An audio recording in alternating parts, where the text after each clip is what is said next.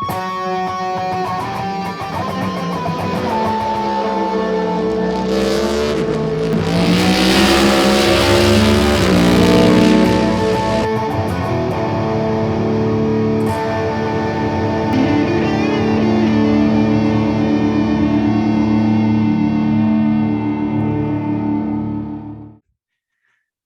going on, y'all? This is Josh and Mike from Team SUPERSHOE. Appreciate you coming to hang out with us. We are on episode number 2 of The Shoe Show. We are not, again, talking about high heels or Crocs. We are talking about the one and only Corey LaJoie and just anything NASCAR related. Mike, what's going on, brother? Man, I'm doing great, man. How about yourself? Doing good, man. I'm glad to be here. And we have a stacked show today for our viewers. Why don't you tell them what we got? Man, so I think most importantly, we got to talk about that special guest. Somebody y'all might know is the crew chief in the number 7 car, Mr. Ryan Sparks. Yeah. Can't wait to get to that portion of it. But we got a little biography for you guys too, just to try and explain and put the spotlight a little more on Ryan and his career and where it all started for him. For sure. Before we get started, guys, please like, comment, subscribe. Please visit us out on Facebook. Where we started was a small group on Team SUPERSHOE at Facebook, and we grew to a large group of Team SUPERSHOE on Facebook, and that's why we started all this, because we thought all you guys would like to hear our beautiful voices. Yeah. So before we get started with talking about the man, the myth, the legend, Ryan Sparks, Mike, I wanted to talk to you about the next gen this year. It's a new year, a new car, and I'm very excited. And this is Corey's opportunity and any small team's opportunity to take advantage. Before we get there, I kind of wanted to go through a rough summary of what NASCAR went through to get to here in the first place. So just bear with me, guys. So 1939, NASCAR started driving their earliest races, which featured pre-World War II models. And it was due to World War II shortages of cars. I thought that was kind of cool.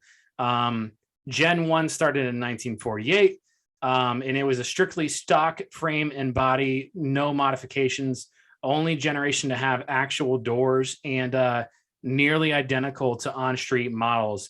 You had winners, the champions of Lee Petty, Ned Jarrett, Joe Weatherly, Buck Baker, and Richard Petty. He won his first championship under this generation. And this is really where Petty Enterprises started. They started taking over as the top dogs. Gen 2 was in 67. And basically it was they had 3 different companies building and designing chassis as NASCAR moved away from strictly stock. They tried to make cars ready for super speedways, and they had the big wings and the real narrow noses. You had winners such as David Pearson. He won 2 in a row. Cale Yarborough won 3 in a row. Richard Petty, he went and won 6, and plus 1 that was from Gen 1, that was 7, and that was his championships to give him the crown of the king. And Dale Earnhardt won 1 in Gen 2.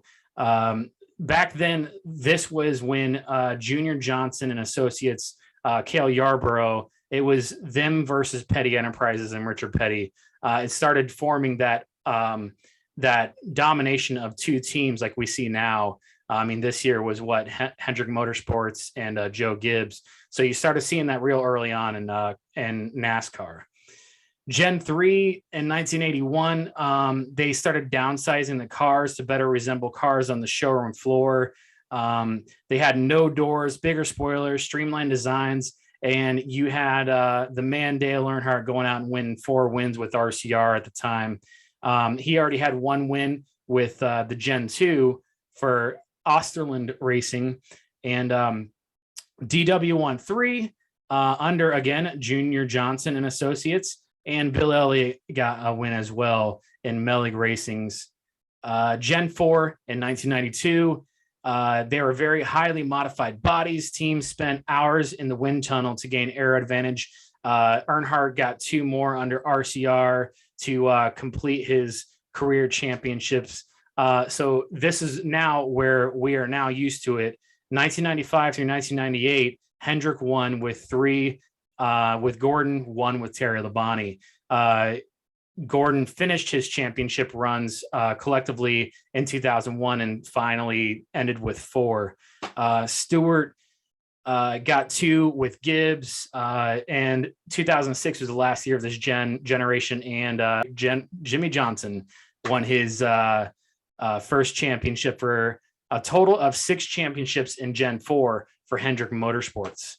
Again, showing that big team, big money. That's where the power was at, and that's who was going to be winning the championships. Gen 5 in 2007 was the car of tomorrow. It was a common body and chassis for all manufacturers, reduced the need for traffic specific models.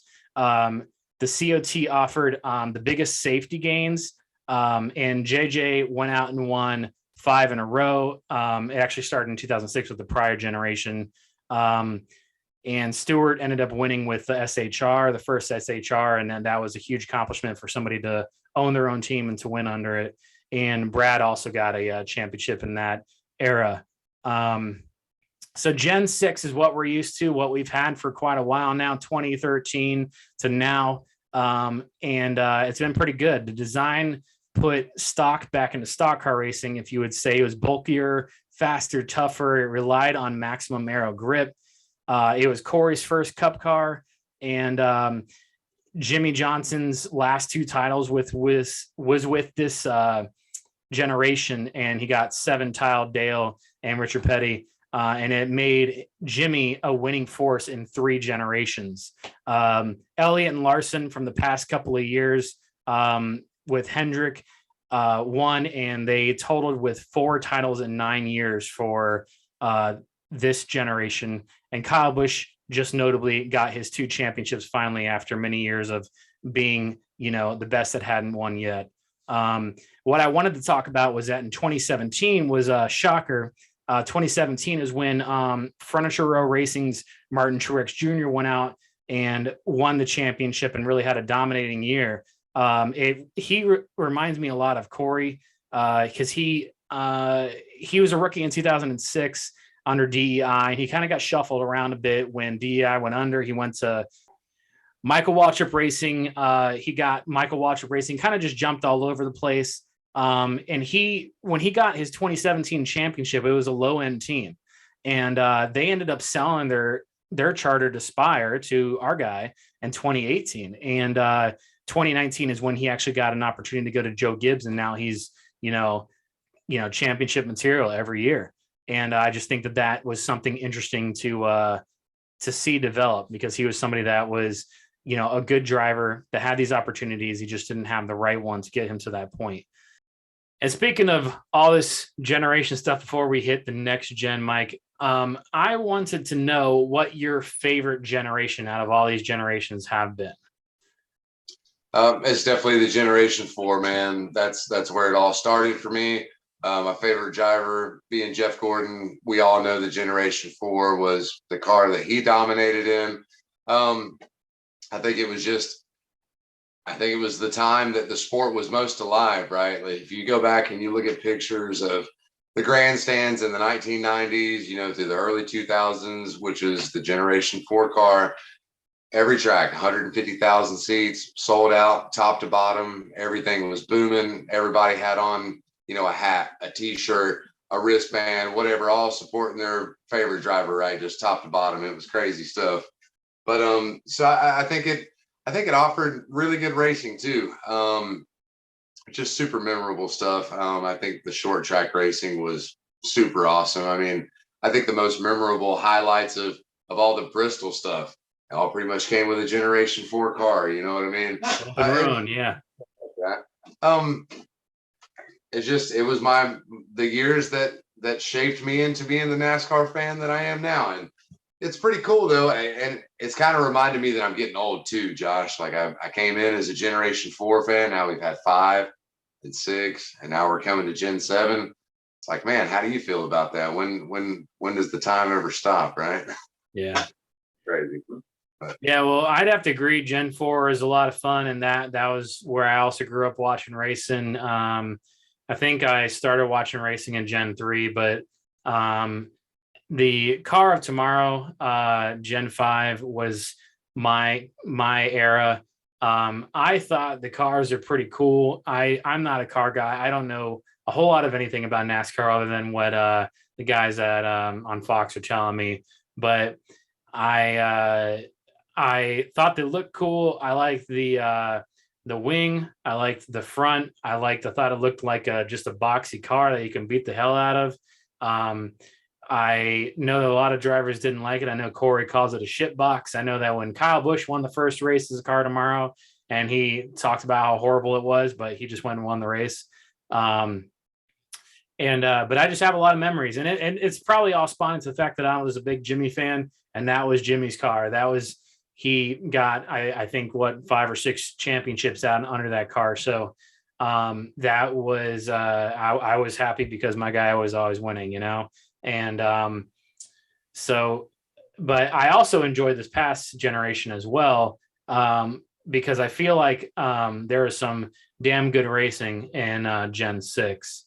I can't really particularly, say anything with the Gen 6. My favorite race was the car of tomorrow with my guy beating your guy, Jimmy and Jeff at Martinsville. I think it was in 07 or 08. And we had a competition at the house where my mom was a big Jeff Gordon fan. And so it was cool to see Jimmy not only win, but to win kind of roughing Jeff up a little bit and then having a little rivalry for a little bit. And then I've always liked drama. I've always thought that was pretty cool. And, that's what makes us glued to seeing what's going to happen next is whenever we have something exciting like that happen. So speaking of all this, we're rolling into the next gen this year, new year, new car, same crew chief, same driver. But I feel like there's going to be some better results this year for small teams like Spire. So with the next gen, we have that the wheels are going from 15 inches to 18 inches. They'll be aluminum, and they're going to feature a single lug nut. That's pretty different than what we're used to. I am definitely going to miss seeing the 5 lugs coming off, just as a traditionalist.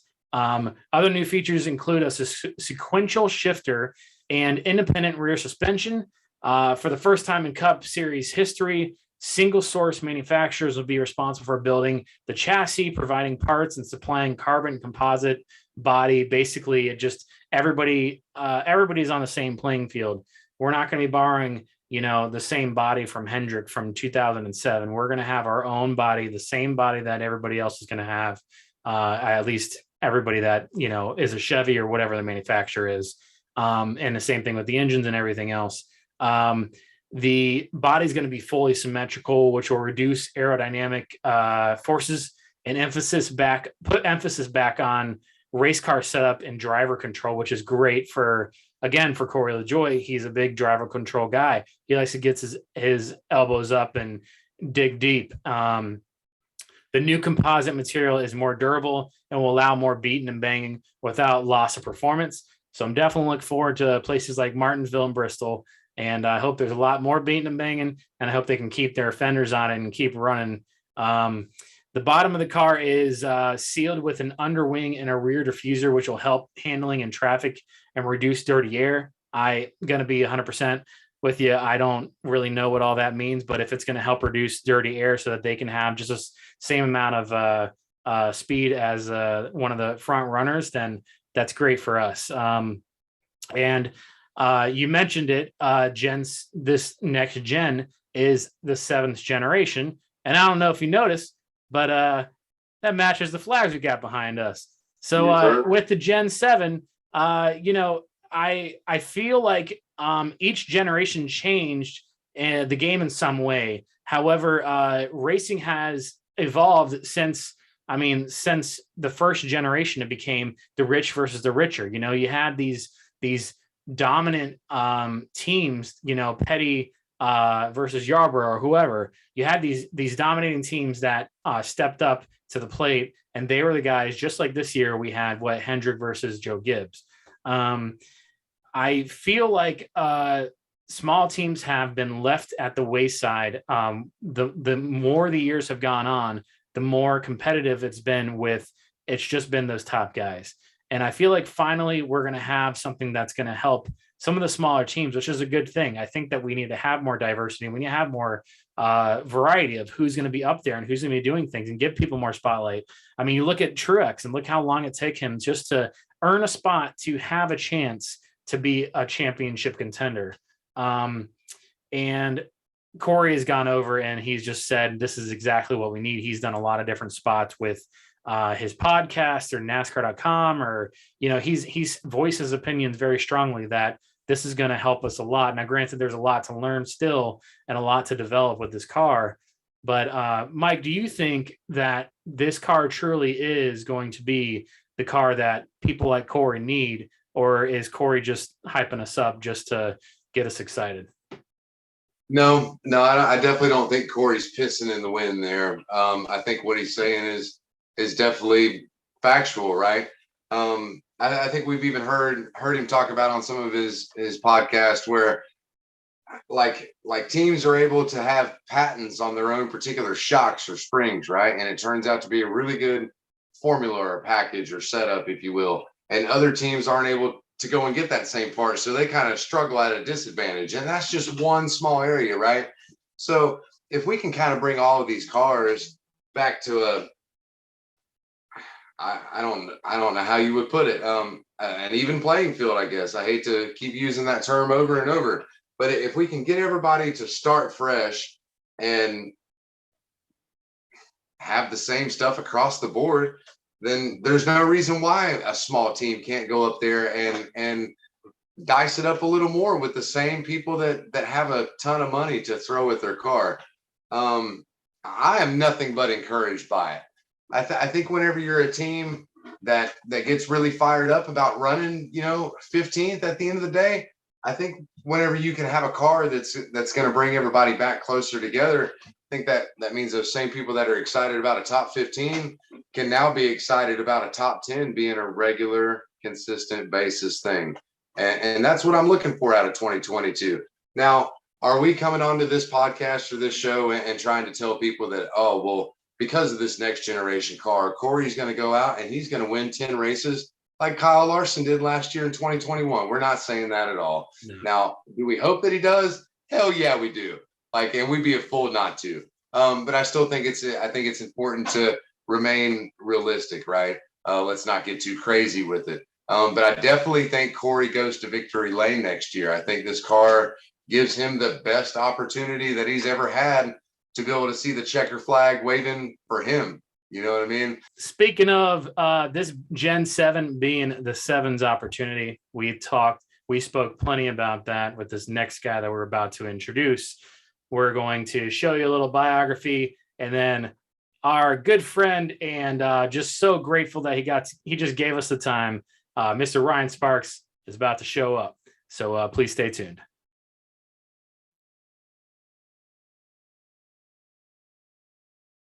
Ryan Sparks, born in Winston-Salem, North Carolina. From the beginning, Sparks was no stranger to racing or the atmosphere thereof. As young as age 1, Ryan could be found at the local short tracks with his father, who at the time was an avid go-kart racer. Once becoming tall enough to reach the pedals and to see over the steering wheel, he tried his own hand at racing, but he felt like it just wasn't his thing. Once becoming old enough to work in the pits, Ryan would later explore the other side of the racing world by building the cars rather than driving them.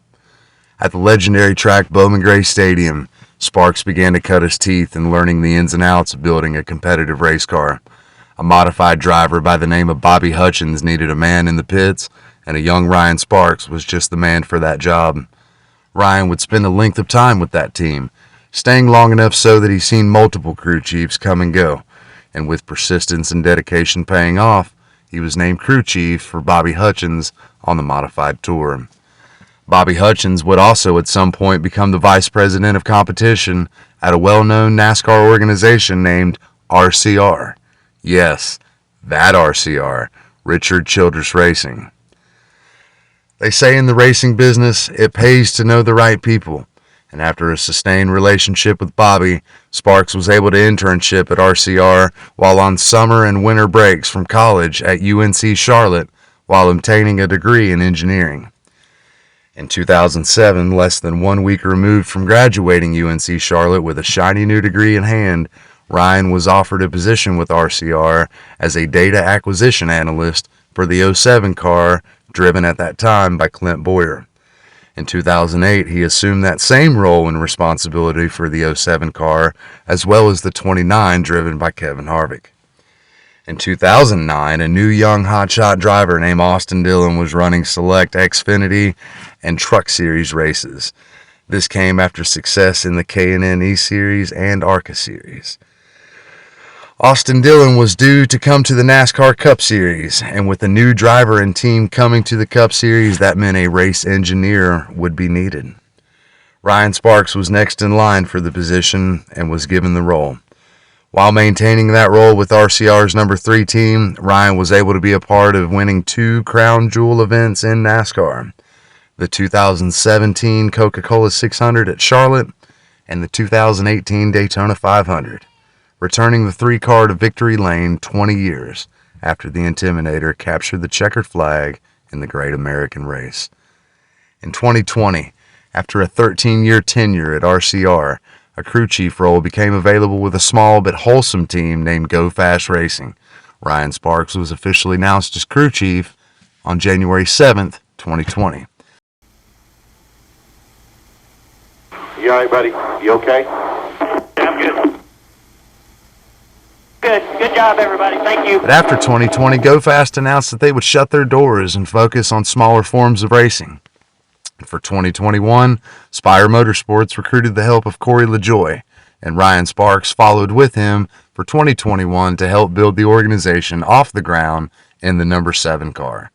Who set up the car? 3-year-olds? You lost it. You just plain lost I it. didn't lose it. 10 made me eat wall. How I look? Why? TV camera. Hey, McGee. An early pedestrian here in the 500, the well-known Corey LaJoie. You really walloped the wall out there. What happened? Ryan, a tire equalized and ate the wall. It looked as though you were really having to manhandle that automobile. Handling problems? No, because when Ryan Sparks hits the car, your mother can drive it. 2022 will mark the start of another year, another chance to grow stronger, more competitive, and knowledgeable. Cheers to Ryan Sparks on all that he has accomplished in his career and all that he brings to the table to figure out this next-gen car. Could we see Corey LaJoie and Ryan Sparks in victory lane together in 2022? Team SUPERSHOE certainly says yes. But just for good measure, let's maybe ask the man himself. All right, brother. Nice little shootout here. Stay focused. Go get him. You ain't ever done before right here. Welcome back, everybody, to the Shoe Show. We are very proud to have the one and only crew chief for the number 7 Spire Motorsports Chevrolet Camaro, driven by Corey LaJoie, Ryan Sparks. How you doing, man? Thanks for joining us, brother. Yeah, man. Good to be here. Looking forward to hanging out with you guys for a little bit and hopefully answering some good questions. Yes, sir. Well, we tried to do a little bit of homework and tried to make this more than just a standard robotic interview for you. So we got to know, 2021's in the books now. So now that you've had a little bit of time to reflect on 2021, where do you kind of feel like, where do you feel the areas were that the team excelled? And contrary to, where do you feel like maybe the team could still use some improvement? I think we had some good speed at some high tire degradation tracks, mostly being short tracks. Darlington specifically had a great run. Corey does a really good job managing the car at those types of events. Moving forward, just we want to improve on the mile and a halves. That's a big part of our schedule. So it's important for us to just kind of optimize the aerodynamics of the new car and hit the ground running when we get to Fontana. Very cool, man. So do you feel like Darlington was the race of the year? What did you feel like? What was the race that you guys are the most proud of that you guys all clicked together? Yeah, I'd say as far as totally executing, it was Darlington. I made a mistake on the last pit call, and it was kind of a toss-up whether we wave around and take the chance of getting a yellow or get our tires there and try to go to the end. And, I did the opposite of what other guys did. I did not wave around, and I ended up needing to. So I think we could have had a shot at the top 5, 5th to 7th, that range, and we ended up, I think, 15th. So either way, it was a strong day for our team or whatever. And really the one that got away, kind of slipped away, was Martinsville, the first Martinsville race.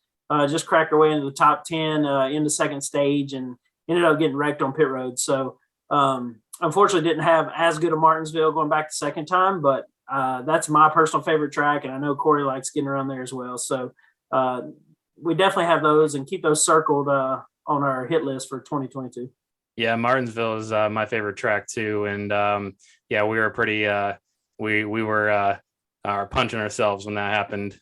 With Darlington, what was it like at the shop after Darlington when Junior and Mark Martin called Corey out? Was Corey happy about that? Were you guys happy about that? Oh yeah, just even right after the race, a lot of guys, that are competitors, but they recognize the run we had with, the equipment budget that we bring to the racetrack each and every week. We far exceeded expectations that night in Darlington, and that's kind of our goal each and every week. It's no secret that we're a smaller team with a lower budget, and we're going to a gunfight with a knife, I guess you could say, each and every week. So just to kind of fight and claw our way and have good nights like that is what we thrive on. All right. So next thing I want to talk about with you, Ryan, is Josh and I here, we listen intently with the NASCAR mobile app every weekend, listening to the banner back and forth between you and Corey on the scanner. Can you maybe talk to us and explain to the listeners how important it is to be able to have that open, honest relationship where the common goal is just to make the car better? Yeah, absolutely. Like when Corey and I first started working together, that was one thing I wanted known is you're not going to hurt my feelings. I want you to be brutally honest with me because, that's the only way you move forward together.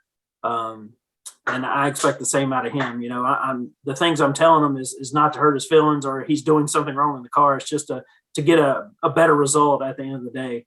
And, I'd scanned Chad Canals for a lot of years and he would tell 7-time champion Jimmy Johnson, like, hey, you're 0.3 of a second off. Like, you need to get it together in there. So, that brutally honest relationship, obviously paid dividends for them. And, that's not the only thing, but it's the only way to be. You don't need to sugarcoat anything like that. It makes things difficult in the long run, having to deal with relationships and things like that. So it's just better to be upfront and honest and straight to the point. And it's, as long as you understand the end goal is what's best for everybody. Yes, sir. So I just want to quickly comment. It's been really encouraging to see the growth that has happened between you and Corey, both going from Go Fast Racing and then kind of going over with him to Spire Motorsports for 2021. Just even myself listening to the scanner from the Daytona 500 all the way to Phoenix at the end of the year. It was really quite remarkable how you guys are able to overcome adversity and always remain calm and stay focused on the bigger picture. And I just want to tell you, thank you for keeping my driver in the game every weekend. Yeah, I mean, we're just kind of overpaid babysitters, I guess you could say. I get that a lot, actually. It's how do you stay so calm? And, I wasn't always that way. It took a lot of years of experience, really. I'd get upset and mad about things. And then, as I grew older and I learned that, that doesn't fix the problem. So the main focus is to just stay calm and keep the driver calm. Because he does get a little upset at times or whatever, but you gotta think he's going 190, 200 mile an hour, and a lot of things are coming at him very quickly. So once you think about it kind of like that, you can understand why his voice elevates at times, and it's just his tone. It's not necessarily how he means it. So so if I can control my end of the radio, I think it helps keep him a little more calm throughout the race.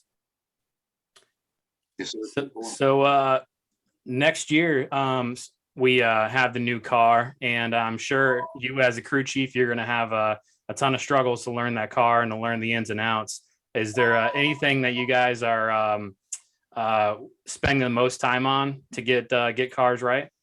Honestly, for us, it's an opportunity, right? It levels the playing field. All other teams have the same chassis, the same body parts, same suspension parts. They're the same as that we're bolting on. Everybody's got brand new parts. You can't have used stuff. It's everything's top notch. So we're we're eliminating that excuse. So we have just as good as opportunity as anybody. I think we've done a pretty good job the last 2 tests at the Roval and the Charlotte Oval. We've had great speed just right out of the gate. And, those other big teams have hundreds of engineers already working on these projects and have been all throughout the year preparing. And obviously we do when we can, but, strengths in numbers, which we just don't have. So I'm pretty proud of the effort that we put forward so far, and hopefully learn a little bit more this week. Got a couple more days of testing in Charlotte. Very cool. All right, so while we're talking about this next generation car, right, we've got to know, is there a race that you're looking forward to in particular with taking that new car to? And flip side of the same token, is there a race that's maybe keeping Ryan Sparks awake at night going, oh my God, it's that track? I don't lose too much sleep over a particular race or anything like that. Obviously, I'm super excited to get to Martinsville. That's just my all-time favorite. I think this car is going to race really well on road courses with the sequential gearbox. I think it's kind of built for road racing. Really, I think it's going to handle really well on those tracks. What's kind of up in the air is, all the intermediate stuff, just kind of getting the aero package dialed in and just kind of understanding these cars and how they react in traffic, and just being able to adjust quickly to that. So, but I will say, like, going to short tracks with the transaxle in the back with the half shafts, I think you're going to have to be careful about not banging wheels with guys like you have in the past. There's extreme potential for a failure there. So I think you'll have to race some of these short tracks a little differently than you have in the past. But with the wider tire and everything like that, it's going to create like a little bit different dynamic. It's especially at the short track. So I'm kind of excited to get there and just see a race play out and kind of understand how it's going to go. So the front side of the schedule is kind of heavy loaded with short and intermediate tracks, so there's a good balance there, and just excited to get going, really. Man, me too. I can't wait to see you guys get out there. I'm calling it now. Corey LaJoie going to victory lane, Daytona 500, got Ryan Sparks up on the box making the call. I'm not a prophet, man. I'm just calling it. Yeah, if I'll just tell you what, if that does happen, the next week is going to be a struggle for me. So it'll be a big party. I know that Corey, he's been working extremely hard, and the opportunity's there. So we just gotta kind of seize the opportunity and capitalize when it's our time. So we know that you grew up racing modifieds and working on modifieds. You've been around that for a long time. Is with the bigger tires and everything, is there any comparison at all of the modifieds to the next gen? Not really, because with the modifieds, it's like a bias ply tire where these are radials. So and these cars are just so much heavier. So not a whole lot translates. Maybe, I don't know. It's kind of too early to tell. I don't have enough experience yet on these bigger tracks with the wider tires, but just from the little bit of testing we've done, it still seems like the same things kind of make these cars fast as the other cars. So, we're going to focus a lot on car attitude and just getting a good balance for Corey and trying to understand what he needs quickly in this car, just so we're ahead of the curve for that West Coast swing.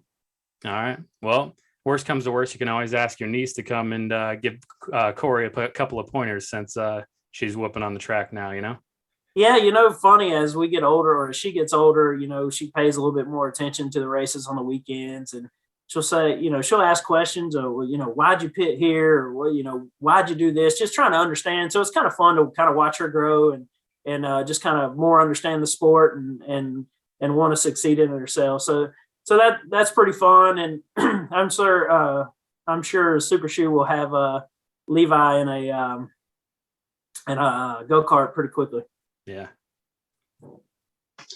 So kind of changing gears and looking toward the future, kind of want to ask you about what maybe your vision is for your career as a whole. So, you started off going through the modifieds. I believe I heard you say you won the Bowman Gray since you were about a year old. I guess maybe when you're 5 racing go-karts back in the day. And so then you spent like a 13-year tenure at RCR doing a multitude of different responsibilities there. Now crew chief for Corey. Is there any other avenues of the sport that maybe you would be interested in exploring? I apologize. First and foremost, my goal currently right now is to get Corey LaJoie his first Cup Series win as a driver and mine as a crew chief. I plan to be at Spire Motorsports for a long time, and they just kind of brought Corey and myself on to build the program that they envisioned. So it's a long-term plan. It's not a couple years. Obviously, with this new car, it's leveled the playing field, and I think the opportunities will be there, that we're going to have a lot better runs than we've had in the past, just where you had to spend a lot of money to go fast. I think this new car just gives us, such an opportunity. And we've got some new hires on this year that we brought a lot of experience to the table. And I think we're going to have a strong team. And, we got to go to fight the good fight every week. And I think, honestly, we'll have some opportunities. All right, man. Well, we appreciate. But to answer your question, I want a crew chief for a long time. I have no idea what else I would be doing other than racing. So if the crew chief avenue doesn't work out long term, I will be at a racetrack somewhere, whether it be with Corey or another driver or my niece or whatever. Whether it be at the Cup level or back at Bowman Gray Stadium, you can find me at a racetrack on the weekend. Awesome. Well, man, we appreciate you hanging out with us. And one last question for you. Since you've now officially visited the shoe show, we wanted to know, did it compare? Do we stack up against, let's say, stacking pennies? Do you think that we're a little bit cooler? I'll have to say, for the shows I've watched or been a part of, this is 1,000 times better because I've never watched Stacking Pennies or listened to it. Most of us are working while that's going on. So no, I hear good things about Corey's podcast. There's people at the racetrack each and every week, thanking him for doing it because he does such a good job. And, he's a character. He has some good guests on the show, and he kind of understands both sides of the sport, kind of his career path and then just kind of, growing up, watching his dad race. So he's got a lot of cool things to talk about. He's a cool guy. He's into a little bit of everything. So he does a good job with that, but I'm not a subscriber. I guess I probably shouldn't say that, but don't tell him that. yeah. Don't tell him that. Although I think he knows, but. All right, Ryan. Well, we appreciate you hanging out with us. Truly, it's very cool. This has just been a dream come true for us geeky fans that just come and interview our favorite crew chiefs. So, man, we just thank you so much. Hey, no worries. I appreciate it. And thanks for being part of Team SUPERSHOE. And hopefully we give you guys something to cheer for all year long next year. All right. See you, Ryan. All right. Thanks, guys. Appreciate you guys. Thank you so much, man. Yep. No worries, man. Y'all have a good one. Take care. Thanks. Welcome back, everybody, to the shoe show. That was Ryan Sparks, crew chief for the number 7 Spire Motorsports Chevrolet Camaro. Man, that was awesome, Josh. Yeah. Our favorite crew chief, we just got to interview that guy. What's your thoughts right now? I never thought I would be able to be doing this, talking to fans or to be talking to people that actually are putting the car together. That is pretty damn cool. So life is good. For sure. So once more, we definitely got to send a huge thank you and a huge shout out to Ryan Sparks. Thank you so much for your time, man. It appeared that maybe you were sitting in the dining room of your house with like the blinds drawn down over the windows. So that is super cool to know that you were willing to take 15 or 20 minutes and get to the shoe show while you were sitting at home. Maybe you had your house slippers on already and you was watching Wheel of Fortune or Jeopardy. You gave it to the shoe show. We appreciate you, man, in all sincerity. So while we're talking about it, so all of us fans, it all started at a place called Team SUPERSHOE. All started on Facebook. So me and Josh, we decided with the new shoe show, we wanted to take a chance to try and highlight a fan from Team SUPERSHOE and let them share their story with how they came to be a Corey LaJoie fan. We got a real awesome guy named Joey Nicholas coming on to share his story. If you wouldn't mind, give him a couple minutes of your time too.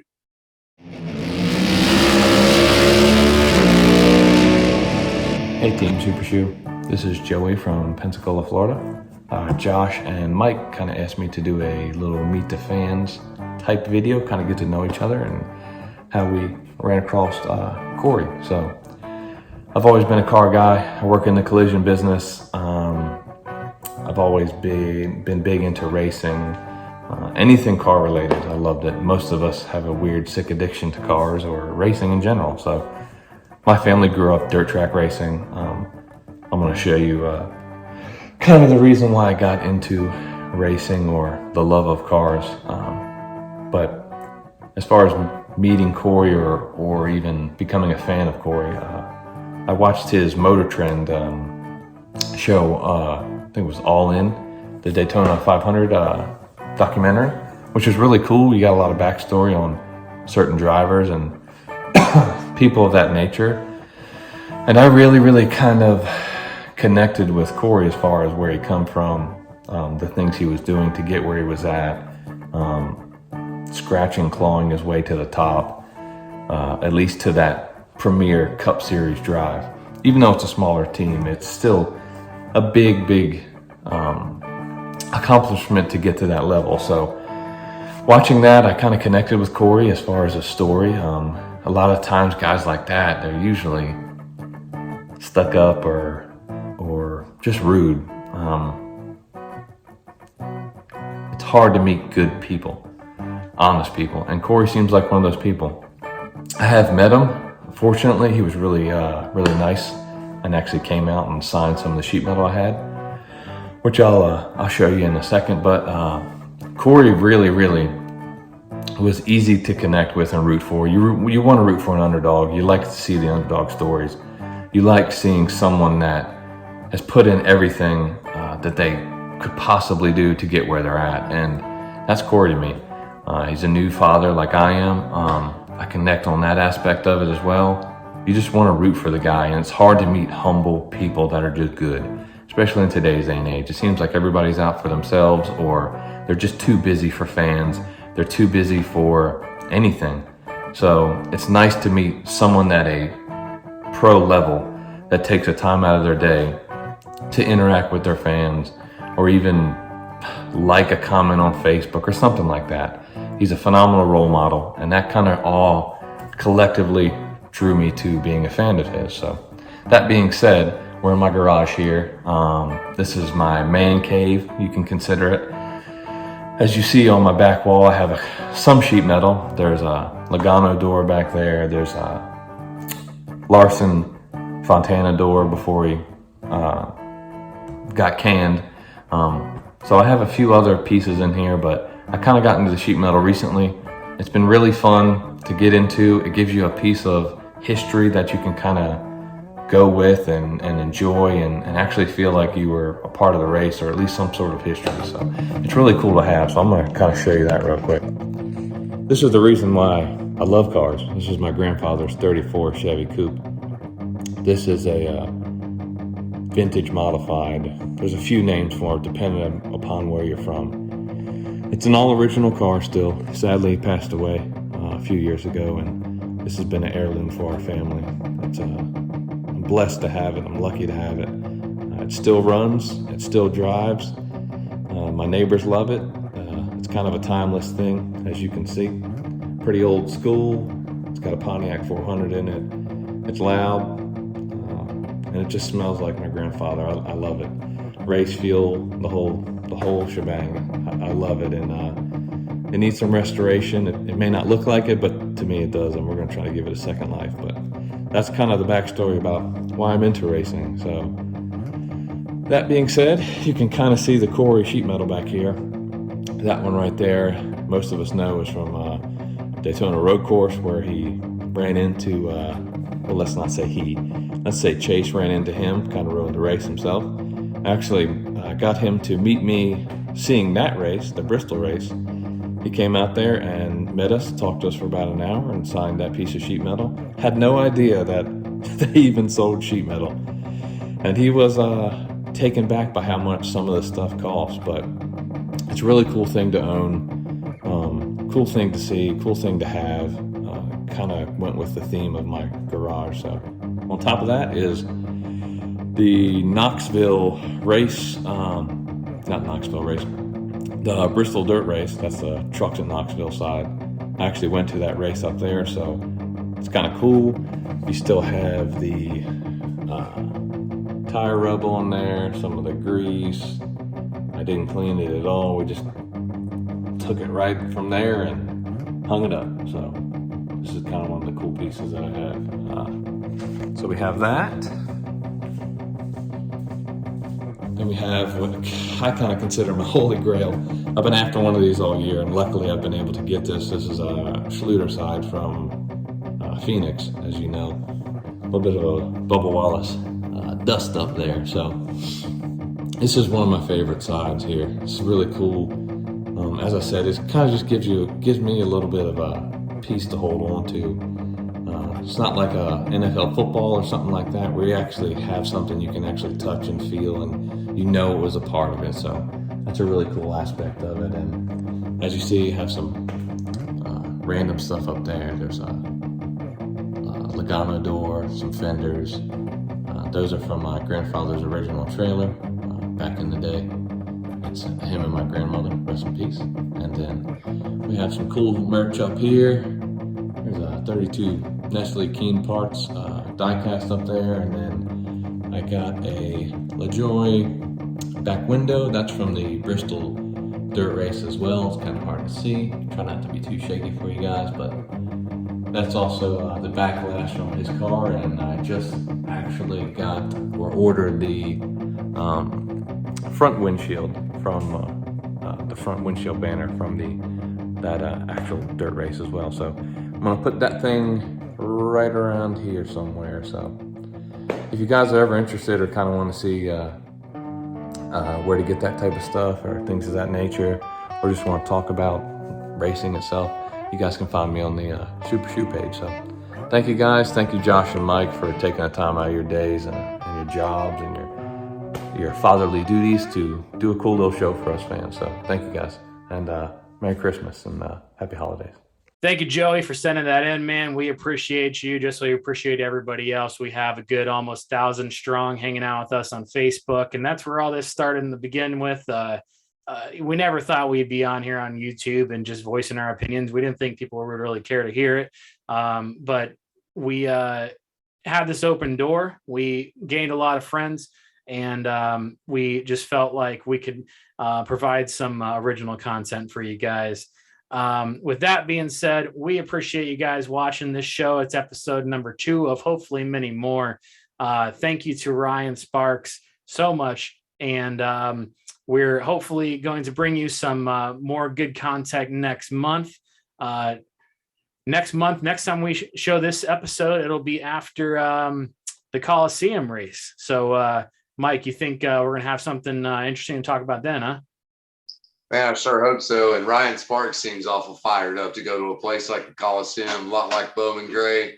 Who knows? Maybe he'll find something in his old trick bag, and who knows? Maybe Corey wins the exhibition race. Now, then everybody's going to give us crap because we didn't win a points-paying race, but that's fine because we'll go whip ass the next week, the Daytona 500, baby. It's all about momentum. That's right. Hell yeah. That's right. All right. Well, from Team Super Shoe, we appreciate you guys, and tune in next month, 7 to 7, and we'll provide you even better material. Thanks, guys.